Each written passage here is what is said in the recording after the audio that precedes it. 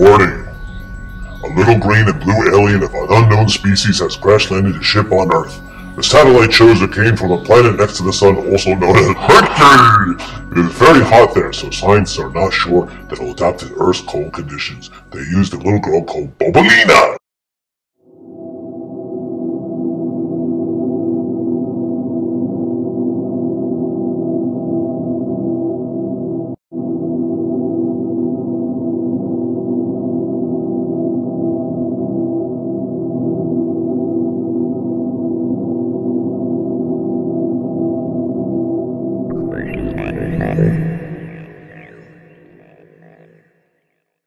Hello, do you want to play? No.